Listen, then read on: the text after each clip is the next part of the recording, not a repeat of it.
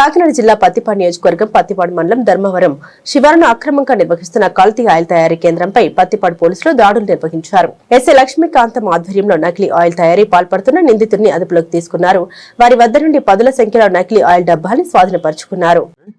కాకినాడ జిల్లా ప్రత్తిపాడు నియోజకవర్గంలో ప్రత్తిపాడు మండలంలో ధర్మవరం గ్రామం.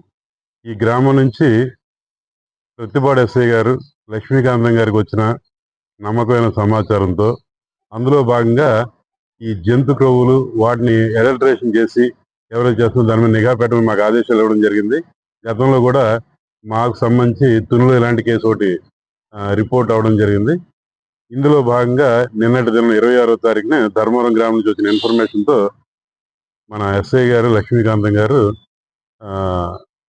మధ్యవర్తులైనటువంటి రెవెన్యూ ఆఫీసర్ సమక్షంలో దాడి చేయడం, ఆ దాడిలో బండారు ఫణిప్రసాద్ అనే వ్యక్తిని అనుమానాస్పదంగా పట్టుకుని వెరిఫై చేస్తే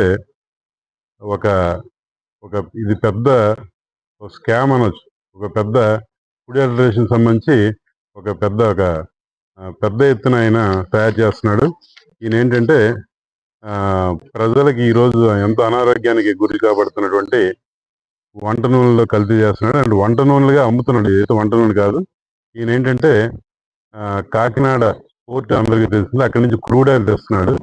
అలాగే చందుర్తి, పిఠాపురం లేకపోతే కొన్ని గ్రామీణ ప్రాంతాల నుంచి జంతువులకు సంబంధించిన అవశేషాలు లేకపోతే జంతువుల క్రొవ్వు, అది ఆవుదా గేదె లేకపోతే రకరకాలు వాటిని కలెక్ట్ చేసి ఎన్నిటిని కూడా హై టెంపరేచర్లో పెద్ద గంగాలలో మరిగించి ఆ వచ్చిన తర్వాత ఏదైతే ద్రవ పదార్థం వస్తుందో దాన్ని ఒక ఆయిల్ కింద చూపిస్తూ ఆల్రెడీ ఈ దగ్గర 15 కేజీ టిన్లు ఉన్నాయి. అన్నింటిలో కూడా ప్యాక్ చేస్తూ బరంపురం ఏరియా కానీ వేరే ఇతర ప్రాంతాలు కూడా పంపిస్తున్నట్టుగా మనకు అక్కడ ఉన్న మెటీరియల్ బట్టి తెలిసింది.